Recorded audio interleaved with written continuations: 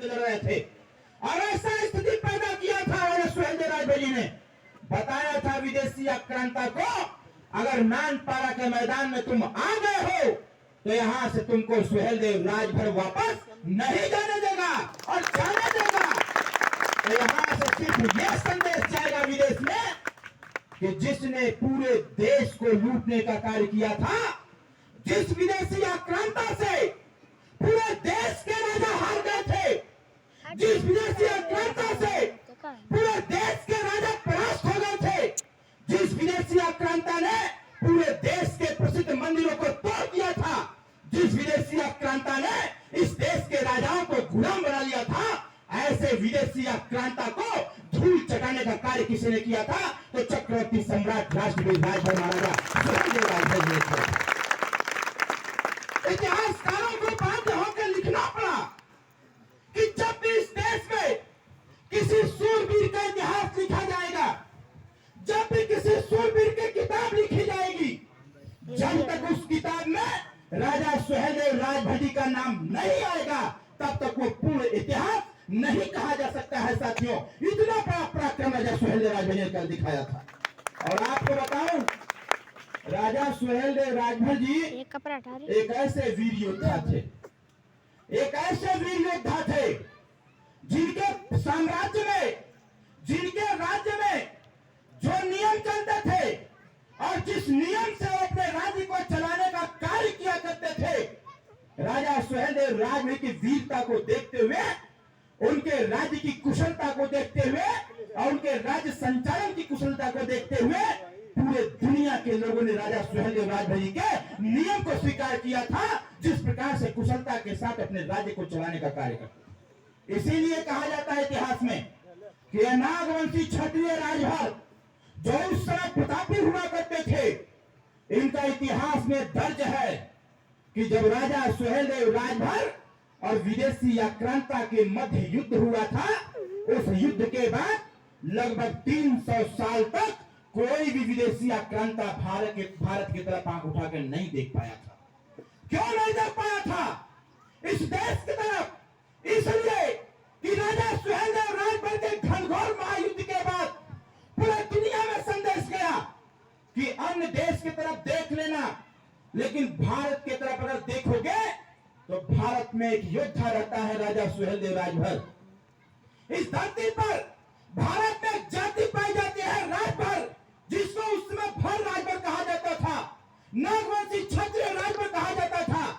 लोगों को पता चल गया था अगर भारत की तरफ गलत निगाह से देखोगे तो वहां के राजभर लोग तुम्हारी आंखें निकाल लेंगे, अगर हाथ उठाने का काम करोगे तुम्हारा हाथ काट दिया जाएगा। ऐसा पराक्रम राजा सुहेलदेव राजभर जी का दिखाया। 300 साल तक कोई भी विदेशी आक्रांता भारत में प्रवेश नहीं कर पाया।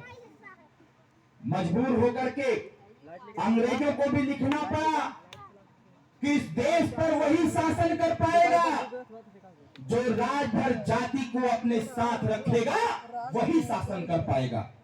साथियों, मैं बहुत बहुत धन्यवाद देता हूं और ये बात मैं कहना चाहता हूं आपसे। आज हमारे डॉक्टर साहब डॉक्टर भुवन राजभर जी हैं, हमारे बीच में चंजीत जी हैं, हमारे बीच में डॉक्टर सुरभान जी हैं। एक बात हम जरूर बताना चाहेंगे आपसे, यहाँ पर हमारे वरिष्ठ लोग भी हैं, हमारे युवा साथी भी हैं, हमारी माताएं भी हैं और बहनें भी हैं। एक बात आपको याद रखने की आवश्यकता है। आज के 20 साल पहले जब सुहेलदेव भारतीय समाज पार्टी नहीं बना था, जब राजा सुहेलदेव का नाम चर्चा में नहीं आया था, तो जानते हैं आपको लोग क्या कहा करते थे? लोग आपको कहा करते थे, आपको बुलाया करते थे। आपके गांव में जब राजभर समाज की चर्चा होती थी तो लोग कहते थे कि भरवन का गांव है। आपकी जब बारात जाती थी कहीं पर तो लोग पूछते थे कि केकर बारात जात हो, तो लोग कहते थे कि भरवा का बारात जात है।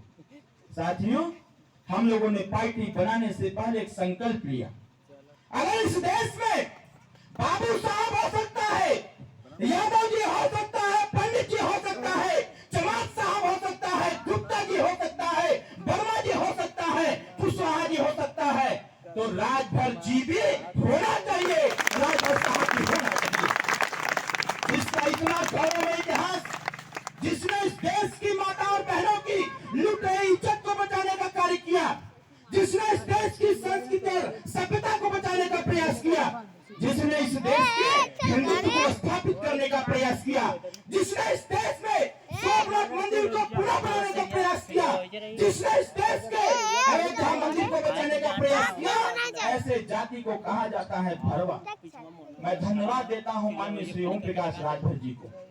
मैं धन्यवाद देता हूं नेताजी के उन कार्यकर्ताओं को, जिन कार्यकर्ताओं ने अपने सर पर पीली पगड़ी बांध करके, अपने हाथों में झंडा लेकर के गांव-गांव में जाकर के चौपाल लगा करके लोगों को जगाने का प्रयास किया, लोगों को जगाने का प्रयास किया कि देश का संविधान कहता है समता, स्वतंत्रता, बंधुत्व, न्याय, समानता का अधिकार देश का संविधान देता है। हमारे कार्यकर्ताओं ने जाके गांव में बताया कि एक जय सुहेलदेव जी है, जय सुहेलदेव राय हमारे राजा रहे हैं। लोग पूछते थे ये कौन होता है। जब राजा समाज की बात आती थी, जब आप बताते थे, जब आपका कोई बेटा बाहर जाता था काम करने के लिए, पंजाब, गुजरात, महाराष्ट्र, जब जाकर के वहां बताता था कि तुम्हारा क्या नाम है, जब वो बताता था कि हमारा नाम प्रणवा राजभर है, तो लोग कहते थे कि राजभर कौन होता है। बताइए, कहते थे कि नहीं कहते थे? लोग पूछते थे कि राजभर कौन होता है।